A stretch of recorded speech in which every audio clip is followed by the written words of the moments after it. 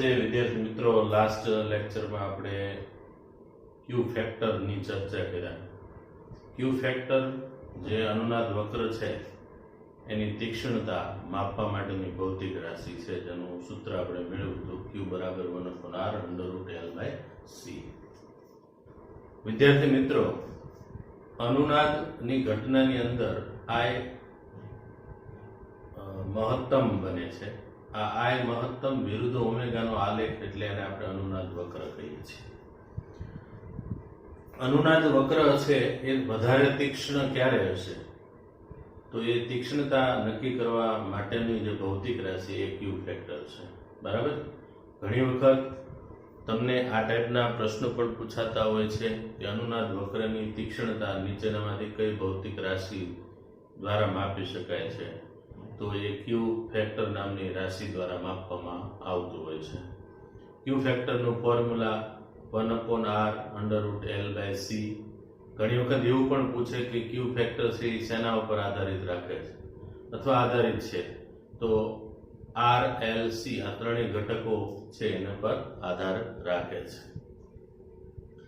અનુનાદ છે એ હંમેશા યાદ રાખજો મિત્રો, L અને C બંને જે પરિપથની અંદર હાજર હશે એમાં જ અનુનાદની ઘટના જોવા મળે.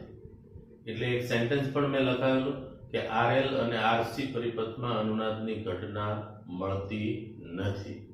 બરાબર? કારણ કે એમાં RL પરિપથની અંદર C ઘટક નથી અથવા કેપેસિટર નથી, અને RC પરિપથની અંદર ઇન્ડક્ટર નથી. કોઈ પણ પરિપથની અંદર L ને C હશે તો આ L ને C છે એના મૂલ્યો, L એટલે ઇન્ડક્ટન્સ છે, પણ L હાજર હશે એવા પરિપથની અંદર જે ઇન્ડક્ટિવ રિએક્ટન્સ છે ઓમેગા L, જે ઓમેગા ઉપર આધાર રાખે છે, XL જેને કહીએ છીએ, અને XC એટલે 1/ωc એ પણ ઓમેગા ઉપર આધાર રાખે છે. તો આ ઓમેગામાં ફેરફાર કરવાથી XL અને XC બદલાય છે. તો જ્યારે XL અને XC ના મૂલ્યો સમાન થાય ત્યારે Im મહત્તમ મળે છે આપણને, મતલબ જે પ્રવાહ છે એ મહત્તમ મળે છે, જેને આપણે અનુનાદ નામ આપ્યું છે. બરાબર? હવે આ ટોપિકને રિલેટેડ છે એ એક્ઝામ્પલ જોઈએ. ઉદાહરણ નંબર 7.6.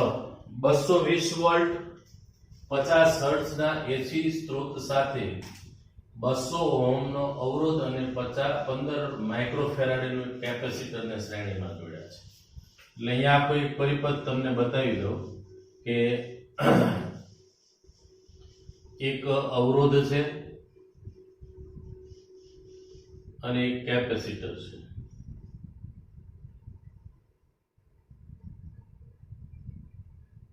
બંને શ્રેણીમાં જોડેલા છે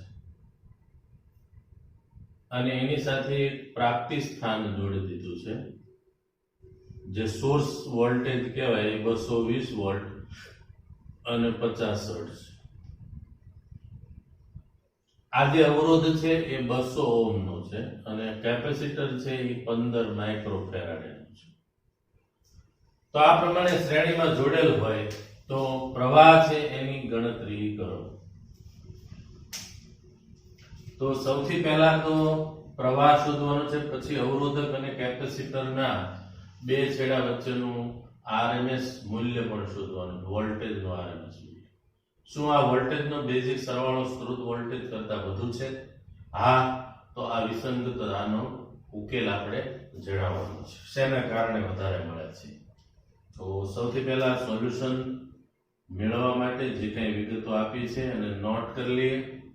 એક તો તમને VRMS આપી દીધા છે 220 વોલ્ટ, પછી તમને આવૃત્તિ પણ આપી દીધી છે 50 હર્ટ્ઝ, અને અવરોધનું મૂલ્ય પણ આપી દીધું છે 200 ઓહ્મ,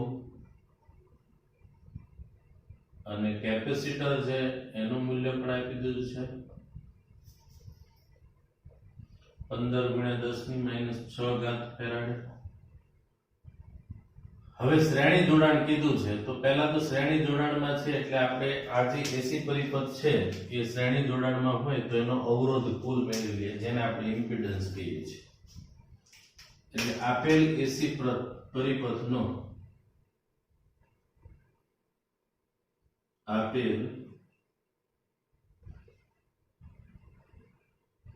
આરસી એસી શ્રેણી પરિપથનો ઇમ્પિડન્સ. તો ઇમ્પિડન્સ નું સૂત્ર લખીએ ત્યારે અવરોધ છે એટલે આર સ્ક્વેર. હવે અહીંયા કાઉન્સની અંદર આપણે લખતા હોઈએ છે omega 1/ωc minus omega L, બરાબર. પણ અહીંયા જે આપણે અત્યારની પરિસ્થિતિ છે એમાં એલ તો છે જ નહીં, તો અહીંયા શું આવશે? તો કે અહીંયા xc છે એનો વર્ગ આવશે. હવે z અવરોધ એટલે r ની વેલ્યુ આપણને દીધી છે 200 ઓહમ, એટલે 200 નો વર્ગ કરવાનો છે અને xc આપણે મેળવવાના છે. તો xc મેળવવા માટે આપણે 1/ωc, હવે ઓમેગા એટલે 2πf થાય ઇન્ટુ c કરવાનું છે અને એનો આપણે વર્ગ કરવાનો છે. તો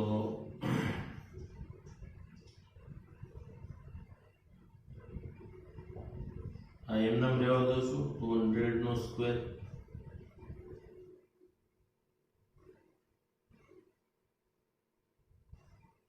પાઈ એફ એટલે 50 અને સી એટલે 15 ગુણ્યા 10 ની -6 ઘાત છે અને અહીં ઉપર લખી નાખો છો એટલે 10⁶ થઈ જશે એનો સ્ક્વેર. હવે ઝેડ છે એનું સાદુરૂપ આપી દેવાનું એટલે આપણને આ પરિપથ છે એનો ઇમ્પિડન્સ મળી જાય. હું અહીંયા કેલ્ક્યુલેટરથી એક કેલ્ક્યુલેશન કરીને આપું છું જેની મદદથી તમે આન્સર જે કંઈ આવે છે એ નોટ કરી લેશો.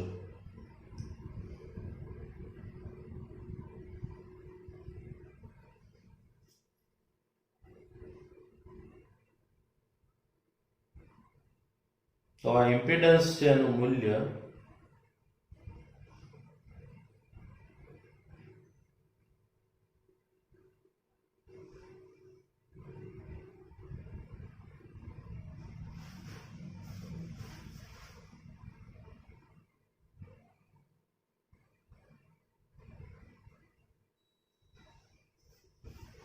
$291.7 ઓહમ મળે છે.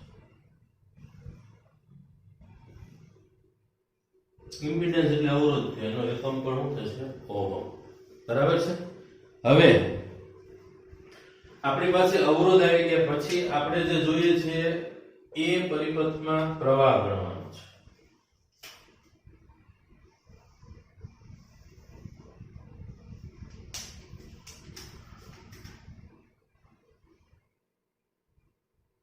પરિપથમાં વહેતો પ્રવાહ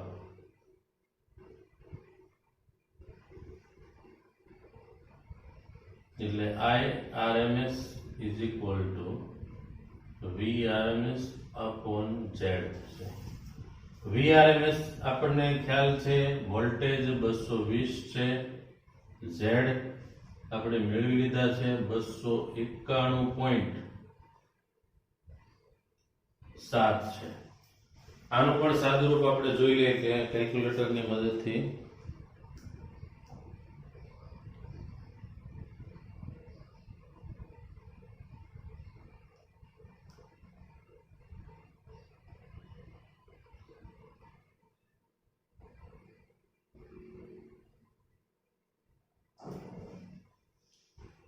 એ લગભગ તમને 0.75 એટલું મળે છે. એટલે આપણને IRMS પ્રવાહ મળી ગયો 0.75 એમ્પિયર.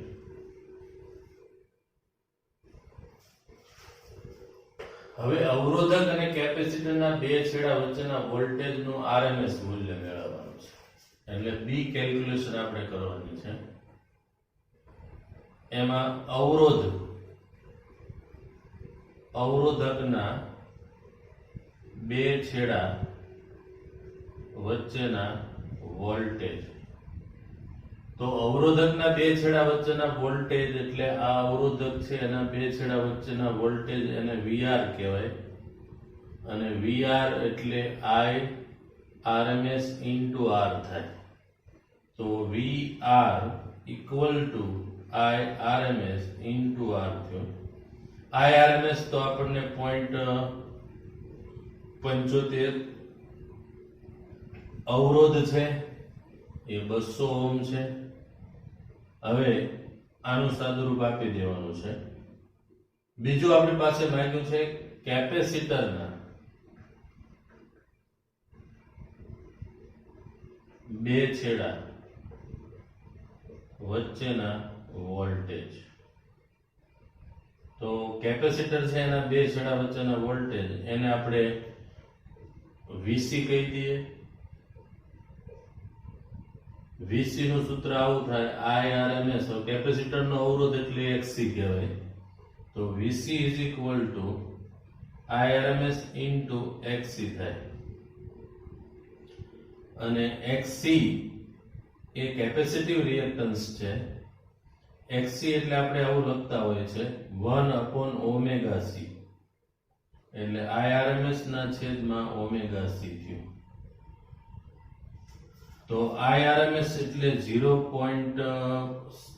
આટલું છે, અને ઓમેગા એ આપણને 2πf. 2πf એટલે f 50 છે, એટલે 100 પાઈ થશે. અને 100 પાઈ એટલે પાઈ ની કિંમત 3.14 હોય, એને ગુણ્યા 100 કરીએ એટલે 314 થઈ. અને કેપેસિટર નું કેપેસિટન્સ છે એ 15 માઇક્રોફેરાડે છે. માઇક્રો 10⁻⁻6 ઉપર લઈ દઈએ એટલે પ્લસ થઈ જશે. હવે આનું સાદુરૂપ આપો એટલે કેપેસિટરના બે છેડા વચ્ચેના વોલ્ટેજ એ પણ આપણે કેલ્ક્યુલેટરનો ઉપયોગ કરી અને ચેક કરી લઈએ બે આન્સર. VR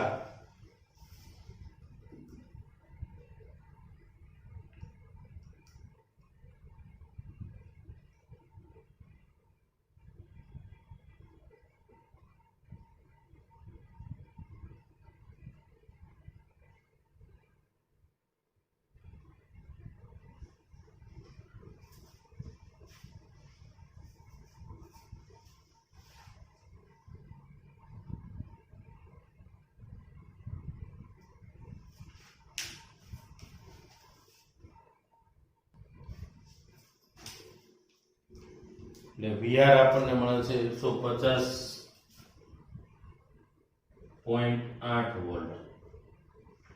તો આ તમને જે મળ્યા એ અવરોધના બે છેડા વચ્ચેના વોલ્ટેજ મળ્યા, પણ આ આપણને વોલ્ટેજ છે એનું RMS મૂલ્ય મળ્યું છે. એવી રીતે કેપેસિટર છે એની કેલ્ક્યુલેશન પણ જોઈ લઈએ. તો કેપેસિટર છે એના બે છેડા વચ્ચેના વોલ્ટેજ આપણે શોધવાના છે. તો કેપેસિટરમાંથી પસાર થતો પ્રવાહ છે જ. કેપેસિટરનો અવરોધ પણ આપણે જાણીએ છીએ. તો એ આપણને મળે છે 160.07 વોલ્ટ. તો આ કેપેસિટરના બે છેડા વચ્ચેના વોલ્ટેજ મળી ગયા. હવે શું આ વોલ્ટેજનો બેઝિક સરવાળો?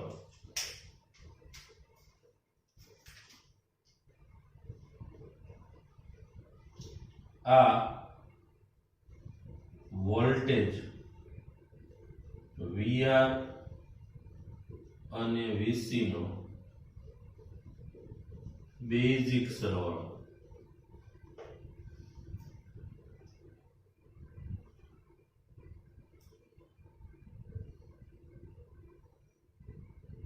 V is equal to VR plus VC. VR છે ઈ 150.8 વત્તા 160.7 તો બેનો બેઝિક સરવાળો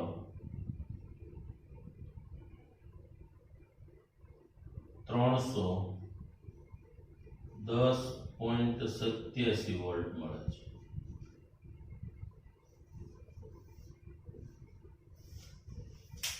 અત્યારની સ્થિતિ પ્રમાણે આપણને જે બેનો બેઝિક સરવાળો એટલે ધન અને ઋણ નિશાની સાથેનો સરવાળો. તો અત્યારે આપણને બેઝિક સરવાળો 310.87 વોલ્ટ મળ્યો. હવે મિત્રો આપણે કેટલા આપેલા છે? 220. એની સામે આપણને વોલ્ટેજનો સરવાળો કેટલો મળ્યો? 310.87 છે. તો શું આ વોલ્ટેજનો બેઝિક સરવાળો સ્ત્રોત વોલ્ટેજ કરતા વધુ છે?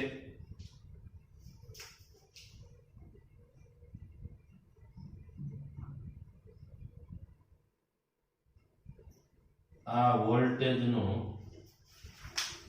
શું ની જગ્યાએ આપણે એનો જવાબ આપવાનો તો અહીં લખશું આપણે હા.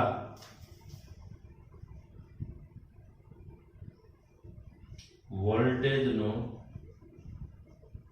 બેઝિક સરવાળો એ સ્ત્રોત વોલ્ટેજ કરતા વધારે છે. સ્ત્રોત વોલ્ટેજ એટલે આપણે જે આપેલા છે 220, એની સામે આપણને બેઝિક સરવાળો કર્યો તો કેટલા મળે છે? 310.87. બરાબર.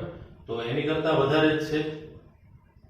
હા, તો આ વિસંગતતાનો ઉકેલ જણાવો. શેના કારણે વધારે મળે છે અથવા શેના લીધે આ ડિફરન્સ આવે છે? તો સમજીએ. પહેલી વસ્તુ તો અહીંયા અવરોધ અને કેપેસિટર બંને છે. અવરોધ અને કેપેસિટર બંને હોય ત્યારે અવરોધનો પીડી અને કેપેસિટરનો પીડી છે એમની વચ્ચે કંઈક કળા તફાવત હોય છે. બરાબર. તો બંને વચ્ચે જે કળા તફાવત છે એને ધ્યાનમાં લઈએ આપણે. તો વોલ્ટેજ છે અવરોધ ધરાવતો પરિપથ હોય એમાં આપણે જોયું વોલ્ટેજ અને પ્રવાહ સમાન કળામાં હોય, પણ કેપેસિટરની અંદર શું હોય છે તો કે પ્રવાહ આગળ હોય અને વોલ્ટેજ પાછળ હોય છે. બરાબર.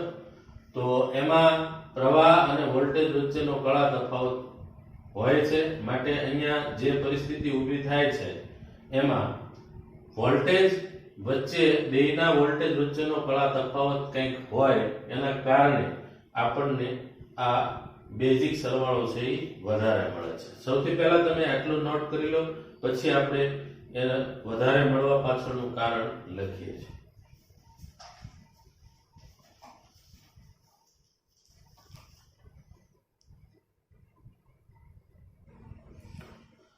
વિદ્યાર્થી મિત્રો, હવે આપણે એનું કારણ લખીએ કે ભાઈ હા, વોલ્ટેજનો બેઝિક સરવાળો સ્ત્રોત વોલ્ટેજ કરતા વધારે અથવા વધારે મળે છે.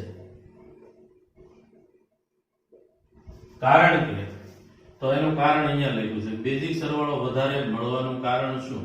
તો કે અહીંયા જે બંને વોલ્ટેજ છે એ સમાન કળામાં નથી, અને સમાન કળામાં ન હોય તો એમનો સરવાળો છે એ સામાન્ય સંખ્યાનો સરવાળો કરતા હોય એવી રીતે કરી શકાય નહીં. સૌથી પહેલા તો આ જે પરિપથ છે એનો ફેઝર ડાયાગ્રામ દોરીએ તો સારી રીતે સમજી શકાય. એટલે હું ફેઝર ડાયાગ્રામ દોરું છું. ફેઝર ડાયાગ્રામની અંદર માત્ર અવરોધ ધરાવતો પરિપથ હોય એનો દોરી નાખ્યો છે ફેઝર ડાયાગ્રામ, અને કેપેસિટર વાળો હોય તો અહીંયા જોઈએ આપણે કે ભાઈ શ્રેણી જોડાણ છે એટલે I સમાન હશે, એટલે અહીંયા હું IR અને IC બેના પ્રવાહ છે એ સમાન કળામાં છે. અને અવરોધ માટે વોલ્ટેજ છે તો વોલ્ટેજ અહીંયા મારે બતાવવા પડશે VR. હવે ઇન્ડક્ટર નથી, કેપેસિટર છે. કેપેસિટરની અંદર પ્રવાહ આગળ હોય અને વોલ્ટેજ પાછળ હોય. તો પ્રવાહ છે એ આગળ છે અને વોલ્ટેજ પાછળ છે એવું આપણે દર્શાવવું હોય તો હું અહીંયા VC બતાવી દઉં છું, કેપેસિટરના વોલ્ટેજ.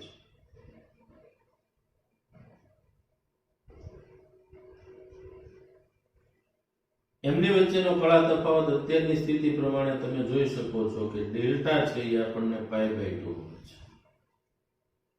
બરાબર. કળા તફાવત અહીંયા આપણને જે મળ્યો એ કેટલો મળે છે π/2.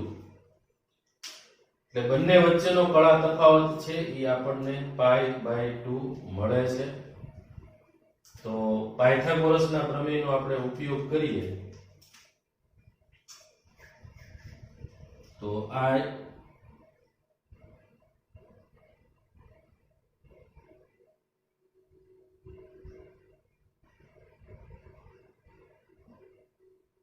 પરિણામી થશે.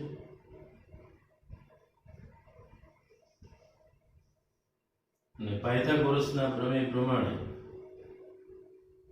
IR અને IR અને IC બે કેપેસિટર અને અવરોધમાંથી પસાર થતા પ્રવાહ છે.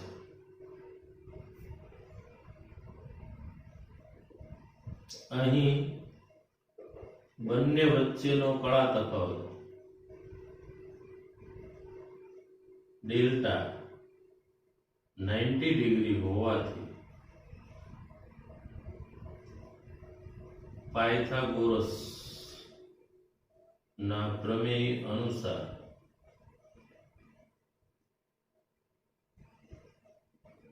પરિણામી voltage V is equal to વર્ગમૂળમાં VR નો સ્ક્વેર પ્લસ VC નો સ્ક્વેર થાય. હવે V is equal to વર્ગમૂળમાં VR નો સ્ક્વેર એટલે અવરોધના બે છેડા વચ્ચેનો PD કેટલો મળ્યો તો આપણને તો કે 150.8 નો સ્ક્વેર. કેપેસિટરના બે છેડા વચ્ચેનો PD કેટલો મળ્યો આપણને તો કે 160.07 નો સ્ક્વેર.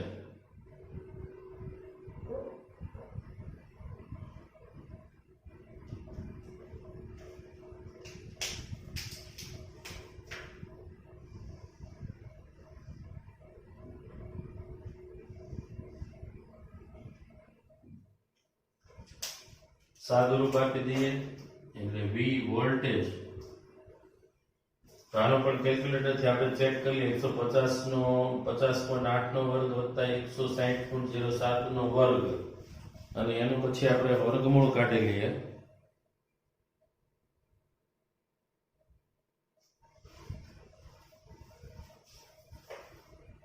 તો એ 219.9 આવે છે.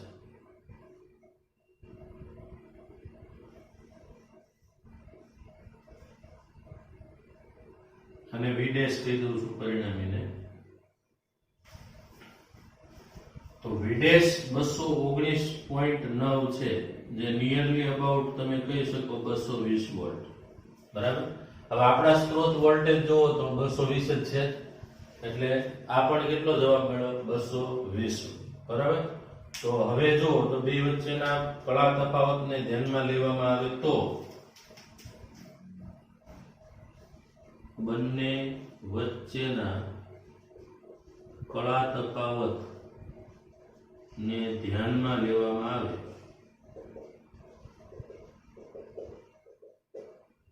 તો પરિણામી વોલ્ટેજ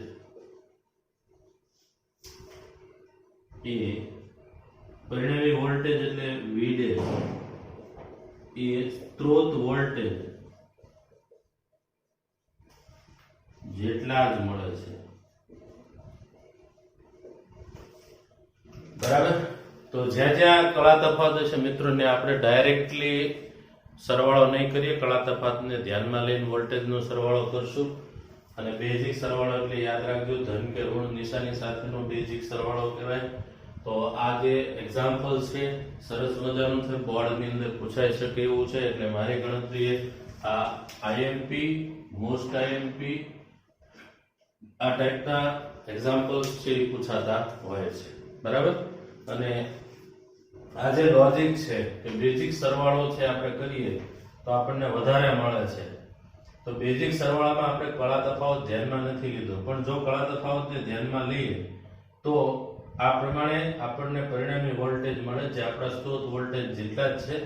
એટલે બધી જગ્યાએ આપણે સીધો સરવાળો નથી કરી શકતા એટલે અહીંયા વોલ્ટેજ છે એમની વચ્ચેનો કળા તફાવત ધ્યાનમાં લેવો પડે તો આપણને જે વોલ્ટેજ છે એ સ્ત્રોત વોલ્ટેજ જેટલા મળે છે. બરાબર, નોટ કરી લેજો મિત્રો. વિદ્યાર્થી મિત્રો, બીજો એક એક્ઝામ્પલ સ્વાધ્યાય 7.5 જોઈએ. સ્વાધ્યાય 7.3 અને 7.4 માં એક ચક્ર દરમિયાન દરેક પરિપથમાં શોષાતો ચોખ્ખો પાવર કેટલો હશે. હવે આપણી પાસે સ્વાધ્યાય 7.3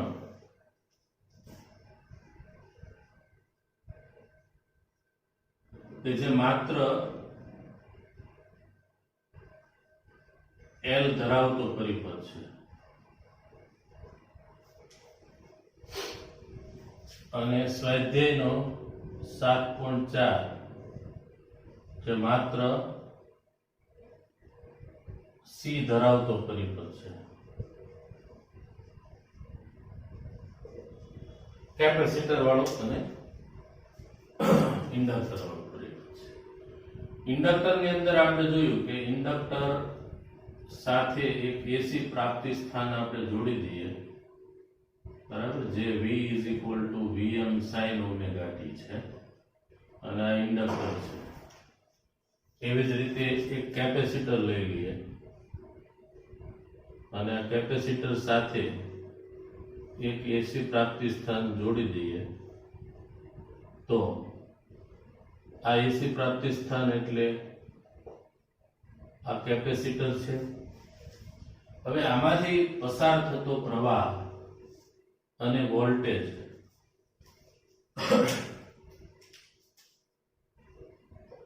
માત્ર L ધરાવતા પરિપથમાંથી V અને I ના સમીકરણ અહીંયા લખીએ. માત્ર કેપેસિટર ધરાવતા પરિપથમાં V અને I ના સમીકરણ. બંનેના સમીકરણો ઓલરેડી આપણે મેળવી ચૂક્યા છીએ. આ તો એક ક્વેશ્ચન તમને એક્ઝામ્પલ આપેલો છે એટલે ફરીથી પાછી એની ચર્ચા કરી લઈએ. તો વોલ્ટેજ છે V નું સૂત્ર Vm sin omega t છે અને પ્રવાહ જે છે એ પ્રવાહનું સૂત્ર Im sin omega t minus pi by 2 છે. જ્યારે કેપેસિટર ની અંદર વોલ્ટેજ છે એ Vm sin omega t છે અને પ્રવાહ છે એ Im sin omega t plus pi by 2 છે. એટલે પ્રવાહ આગળ હોય ને વોલ્ટેજ પાછળ હોય છે. તો આ પ્રકારનો L ધરાવતા પરિપથની અંદર તત્કાલીન પાવર એટલે P VI લખાય અને P બરાબર Vm Im sin omega t અને આ માઈનસ છે એટલે વિધેય બદલાઈ જશે cos omega t, અથવા સીધું લખી નાખું છું પેલા sin omega t minus pi by 2. એવી જ રીતે અહીંયા પણ તત્કાલીન પાવર મેળવી દો. P VI. V ની જગ્યાએ લખશું Vm sin omega t અને Im એટલે Vm Im sin omega t into sin omega t plus pi by 2. તો P Vm Im કોમન લઈ લઈએ. sin omega t આનું થઈ જશે sin omega t cos omega t. અહીંયા P બરાબર Vm Im આમનામ sin omega t cos omega t. હવે સૂત્ર આપણે લગાડ્યું હતું અથવા આ જે આખું તમને પાવરનું સૂત્ર મળ્યું એમાં આપણે એક આવું ફોર્મ્યુલા ભણી ગયા છે sin 2 theta is equal to 2 sin theta into cos theta. અહીંયા પણ એ જ લાગુ પડશે sin 2 theta is equal to 2 sin theta into cos theta. આ સૂત્રનો ઉપયોગ કરવાનો છે.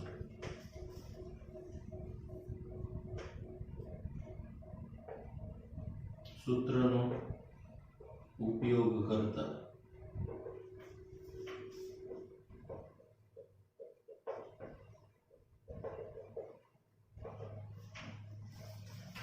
તો આમાં ઉપરના સમીકરણમાં આપણે જોઈએ છીએ કે 2 છે જ નહીં, બરાબર છે.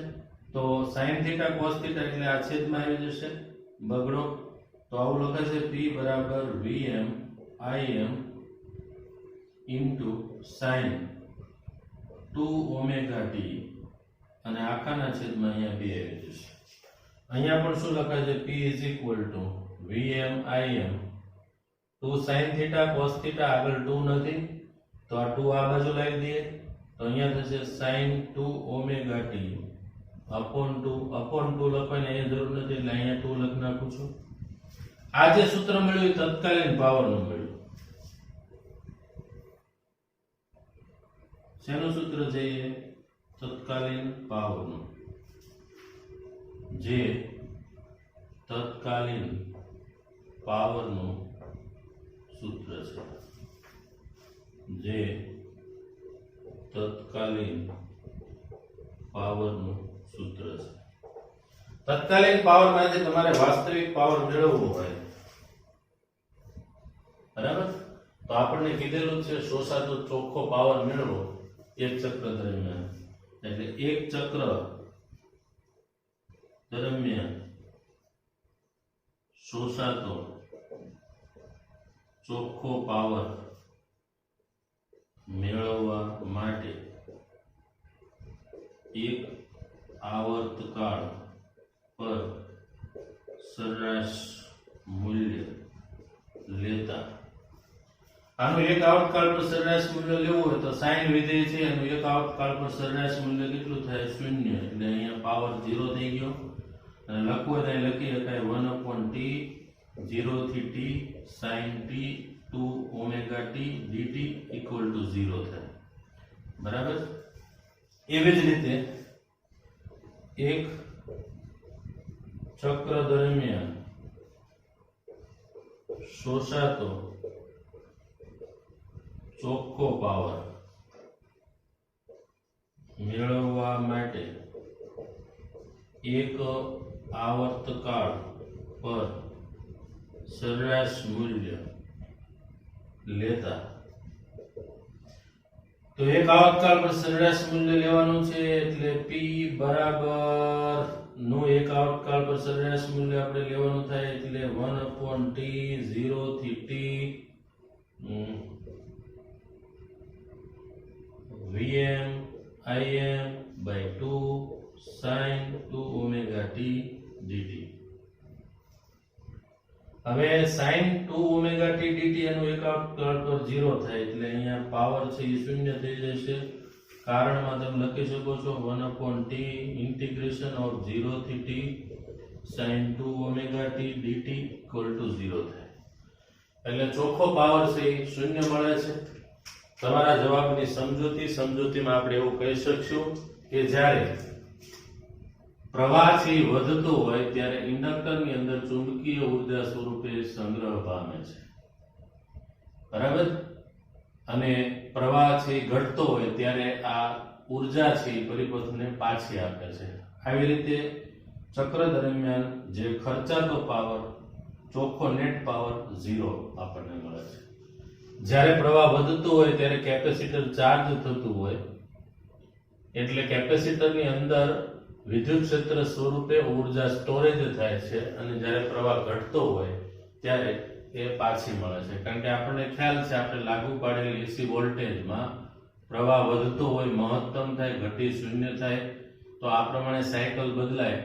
એ રીતે અહીંયા પ્રવાહ પસાર થતો હોય ત્યારે ઇન્ડક્ટરની અંદર ચુંબકીય ઉર્જા સ્વરૂપે સ્ટોરેજ થાય, પાછી ઉર્જા પરિપથને મળે, પાછી ઉર્જા સ્ટોરેજ થાય, પાછી પરિપથને મળે. તો જેટલો પાવર છે એ શોષાણો હોય એટલો જ પાછો મળી જાય એટલે નેટ પાવર 0 થઈ જાય છે. ઓકે, તો આપણી સમજૂતી છે, નોટ કરી લેજો મિત્રો. નેક્સ્ટ લેક્ચરની અંદર ફરી પાછા મળશું.